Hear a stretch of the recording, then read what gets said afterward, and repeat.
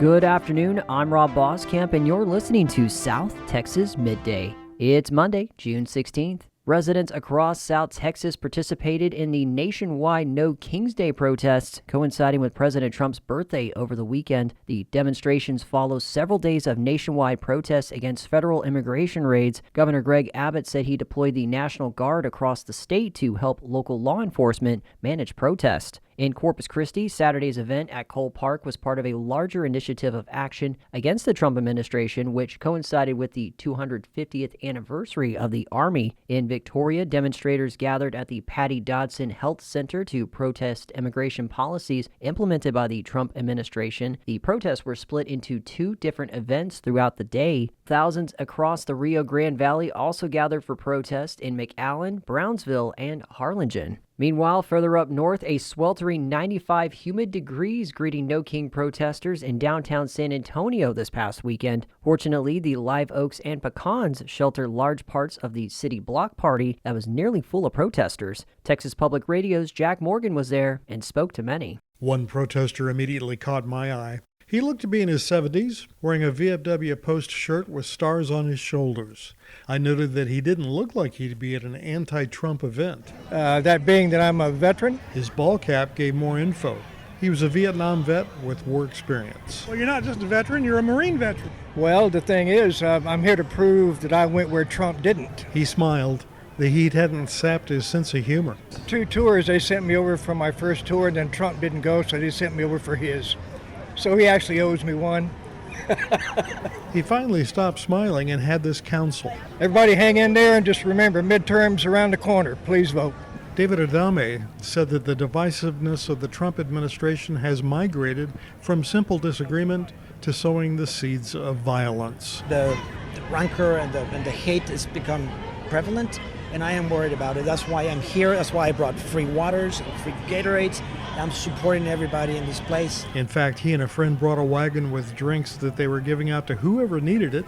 A woman who only identified herself as Andy held a sign that said, "No human is illegal." Well, I think that all humans have a right to migrate, just like all animals do, all insects do.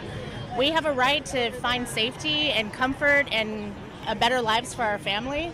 Ted Flato really liked the idea of San Antonians taking it to the streets to make a difference. This is our way of saying what we really care about our country, is showing up, but not at a military parade, but at our own parade right in our little park right in downtown. It's fantastic, exciting. It makes you really excited about the system. Ray Lopez says the country has lost its way, and his appearance at the protest was his own form of patriotism. Read your history book, man. What's going on right now is not who we are. If you look at the Constitution, you look at what our laws are about, what's happening right now is the antithesis of everything our founders set up our country to do and to be. He says he's got a message for the Trump administration. That we're not going to put up with it. We're not going to give in to fascism. We're not going to let our democracy die. Paul Alexander and his wife Jo had an experience on the way to the protest that underscored why they were there. We took an Uber here, and it was almost like fate. The driver was an Iranian immigrant who's been in this country for 50 years.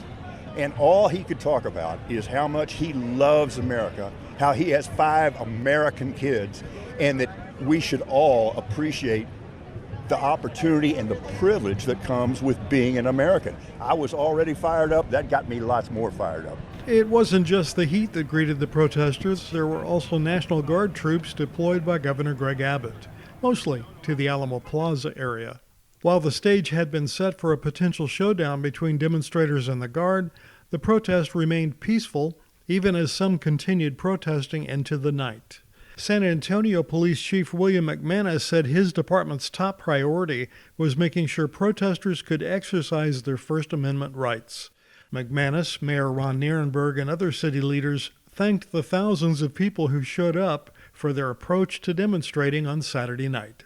I'm Jack Morgan in San Antonio. The Corpus Christi Nueces County Public Health District held its first Public Health Summit last Friday, bringing together over 100 public health partners across South Texas. Titled The Art of Public Health Summit, the event was held at Texas A&M Corpus Christi. The theme, Access, Resources, and Teachings, captured the core of public health and emphasized its ongoing significance. It featured discussions concerning chronic disease prevention and management. The keynote speaker, Liz Matthews, RN, has been an advocate with the American Heart Association with 26 years of experience in critical care nursing. Panel discussions throughout the day centered on topics such as preparing the future of the public health workforce, adopting a holistic approach to chronic disease, and exploring the lifespan of chronic disease. The Victoria Fire Department has received the American Heart Association's 2025 Mission Lifeline EMS Gold Award for excellence in emergency medical care. The honor recognizes EMS agencies for providing prompt, coordinated care to patients experiencing high-risk, time-sensitive conditions such as heart attacks and strokes. To qualify for the Gold Award, departments must meet 7 benchmarks for treating stroke or heart attack patients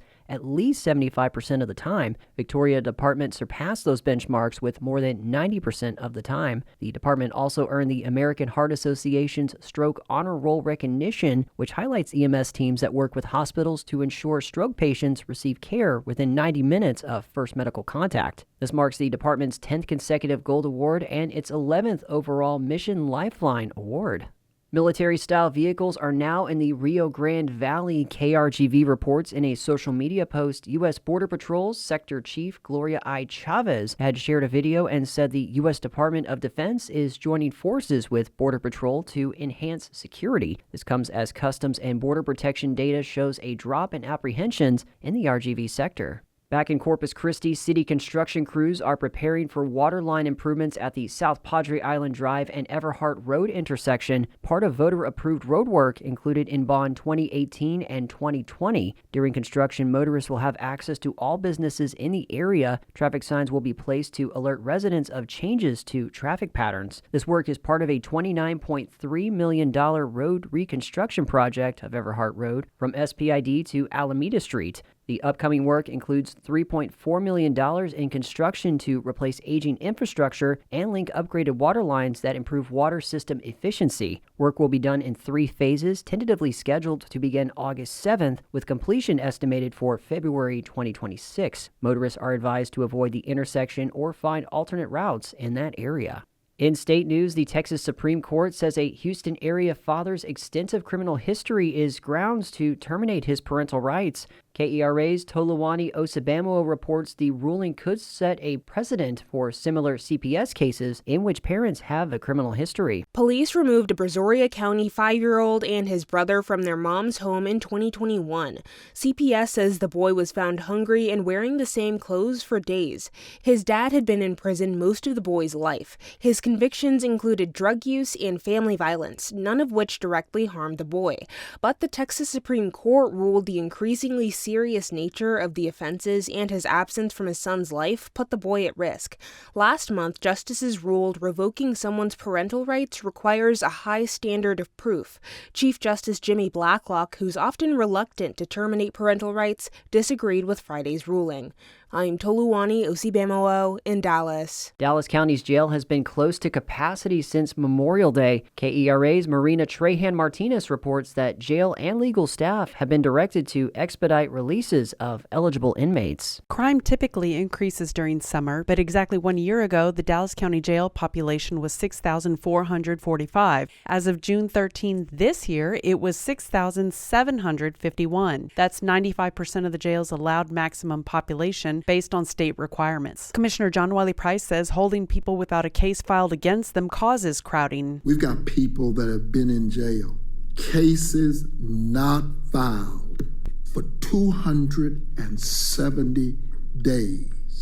Damn it, you got a case or you don't. Jail and court staff have been asked to adjudicate or release inmates. I'm Marina Trahan-Martinez in Dallas. In sports, 5 Rio Grande Valley baseball players participated in yesterday's 2025 THSBCA All-Star game. Players included Nicky Rose senior pitcher Javier Garcia, PSJA High senior catcher Jacob Delgadillo, Palmview senior second baseman Mateo Garcia, Charleyanne senior pitcher Fabricio Salinas, and Los Fresnos shortstop Derek Garcia. They all got to play in the matchup at Dell Diamond Stadium in Round Rock. And a routine patrol last week took a heartwarming turn when Brownsville Police Department officers responded to an unusual call. A tiny kitten spotted alone on the expressway and dangerously close to moving traffic. Officer Brandon Sines quickly arrived, joined by Animal Control Officer Timothy Lomoschio. Together they worked swiftly and carefully to rescue the kitten, bringing her to safety and preventing a potential traffic hazard. Now out of harm's way, the kitten was handed over to the Brownsville Animal Regulation and Care Center, where she's receiving the care and attention she needs. In a touching moment, BAR-CC honored Officer Sines by naming the rescued kitten Tabitha in memory of his first cat.